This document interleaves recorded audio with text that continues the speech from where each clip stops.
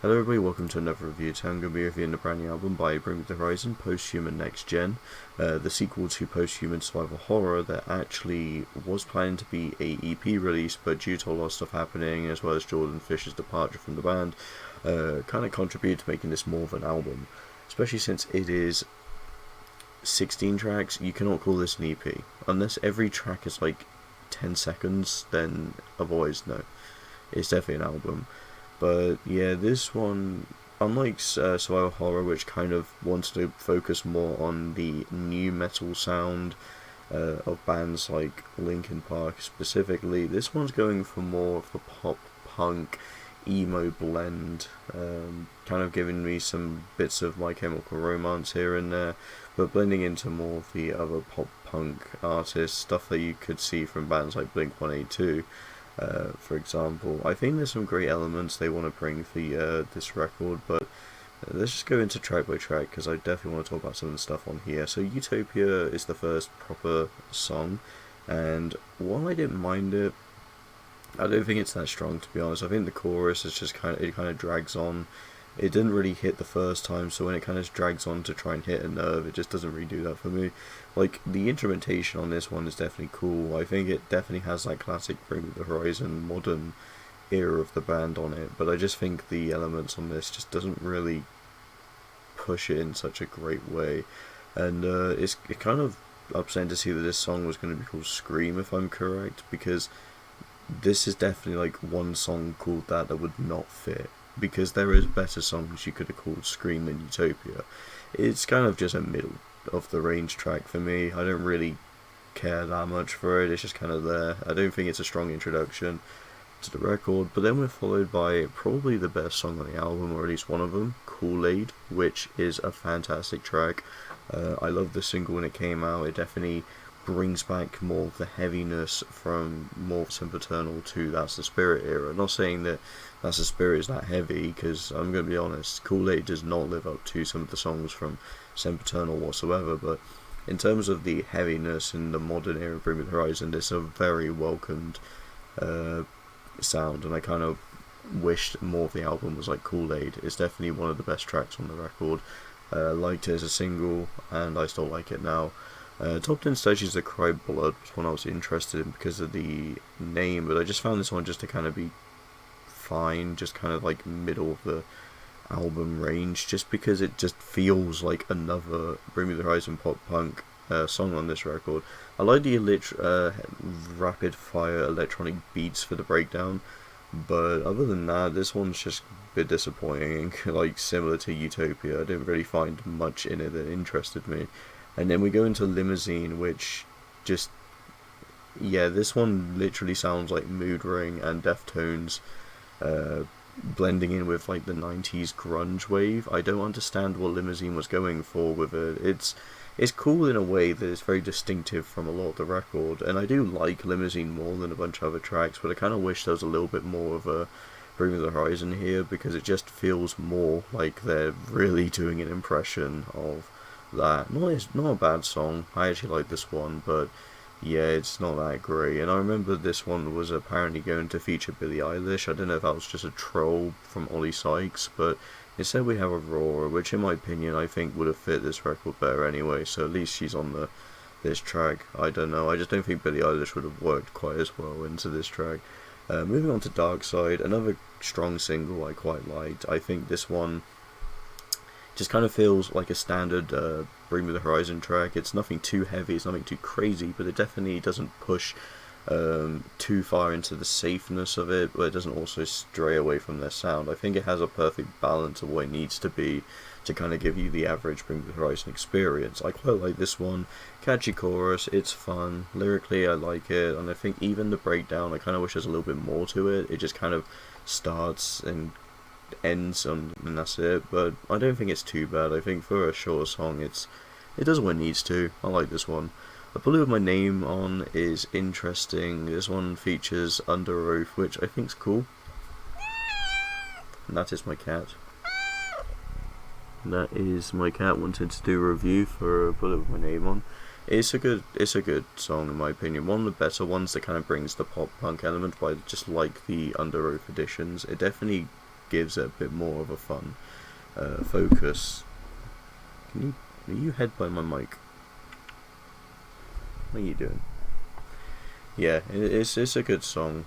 Just don't really have much else to say than that. I think Under Oath here is a fine feature. I don't think they really blew me away either, but you know what? There's definitely worse songs on there, and this one was one that I kind of didn't mind going back into. After going through the spiritual sort of interlude, we go into NA, or Not Announced, which I actually thought was just because they couldn't think of a song title for it, but no, it's just called that now because they probably couldn't think of a song title for it. Yeah, I didn't really like this one. I think this one definitely does have a good point of later in the song, especially when it brings more of the heavier vocals, gives you a bunch of screaming to what is a lighter instrumental track. I just don't really think it worked very well in my opinion. Just kind of felt a bit dread on this one because it didn't really carry anything interesting. I kind of felt the same when I listened to Utopia and Top 10 Statues That Cried Blood. Like, for what it adds, it's still structured in a interesting way, but I think it just feels kind of barren in the sound. It's not even a sound that Bring Me the Horizon go into that much as pop punk. It's kind of something that they've been very much experimenting here, but yeah, I don't know. NA just didn't really hit it for me. I'm just not a big fan. And then Lost, I did not like Lost as a single. It's grown on me to be a more appreciated song. I think the chorus having more of that My Chemical Romance vocal structure kind of reminds me of the track Helena. I do remember that one fondly now. Just kind of like the way the pronunciations remind me of Gerard Way's vocal delivery in that track. Lost is cool. I like the hyper pop punk sounds they have for this one, and the breakdown's interesting, but I think this one's still overrated for Bring Me the Horizon. It's definitely not the best single by far, but it's not too bad either. It's definitely a grower of a track, especially since it's been out for over a year. I've kind of got more used to it. And then we had Strangers, one of the older singles that released 2 years ago now. Yeah, this one's good. When it comes to something that feels a bit more emo-y, it's fine for what it had. I think it's got some good chorus structure. I think it's got a pretty interesting just flow to it. It's a shorter song as well, and I don't think it pushes the boundary too much. But yeah, I can see why people aren't big on this one. It's by far not the best song on the record, I can say that. R.i.p. duskCOre remix, probably one of the weakest tracks. I found the duskCOre remix thing to be kind of interesting because I don't even know if it actually is a remix, or if they just put that in the title.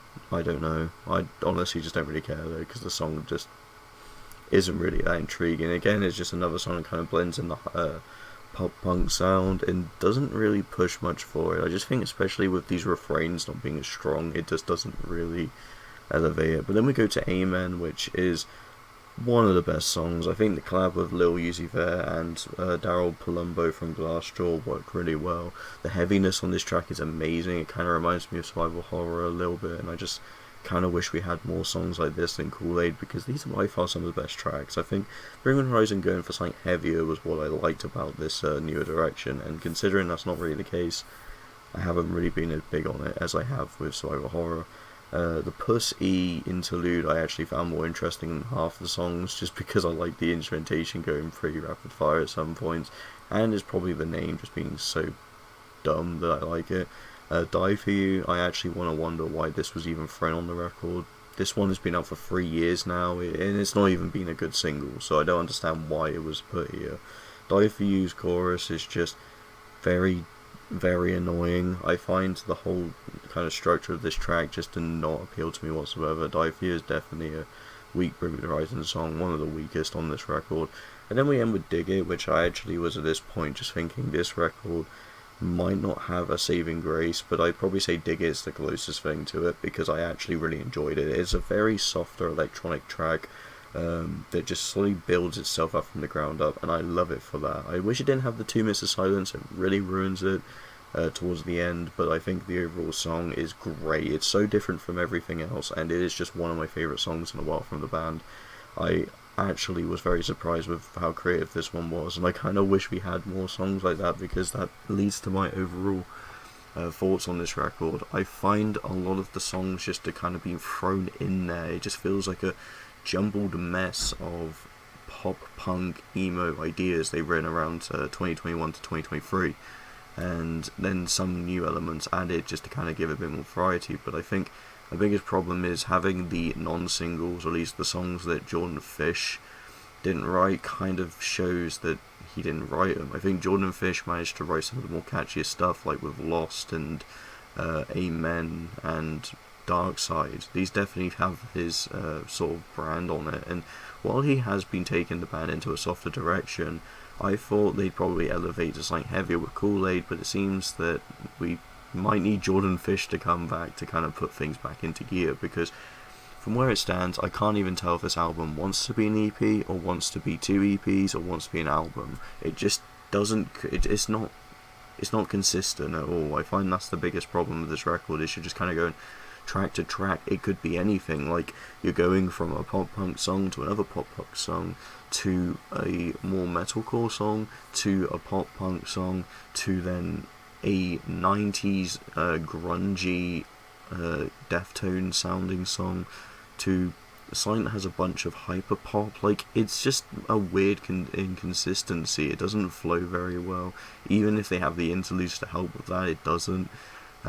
The album is just as a whole just doesn't really flow too well, and I actually found myself to be kind of disappointed with this release, especially since I was looking forward to this for a while.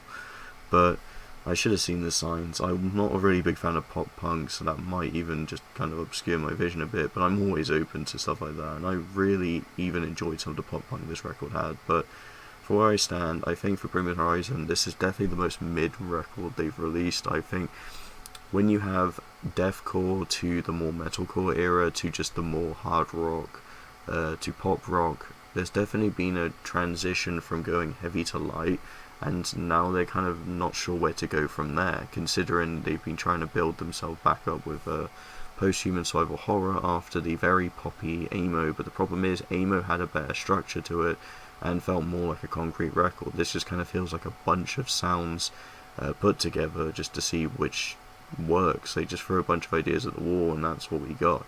I don't want to really hate on this record, because I don't actually think Bring Me the Horizon are a bad band. I really enjoyed some of their stuff. Matter of fact, Sempiternal probably is my favourite record from 2013. It's a very strong metalcore album that really helped define some of the sounds we have in the genre to this day. But I will say, Post-Human Next Gen just isn't really it. I didn't even know what to rank this one, because I didn't know if I actually disliked the album, but after thinking, it's alright. It's an alright record, but it definitely has its problems. It has higher highs than Amo, but it's not as consistent as that record is, which is very unfortunate, because I don't really care for Amo much. But where it stands, I'd probably say it's just around roughly the same as Amo in my appreciation of it. Probably a tiny bit higher, because I do like the more experimental sides that this album does have. But I've really talked a while for this, because I really wanted to talk about this record. Yeah, it's a 2 out of 5, 2.5 out of 5 for me. Like, this definitely had potential, but I just don't think the execution was quite there. And yeah, that's pretty much all I have to say. I hope you all enjoyed the review. Thank you so much for watching, and see you next video. Can I show on this video?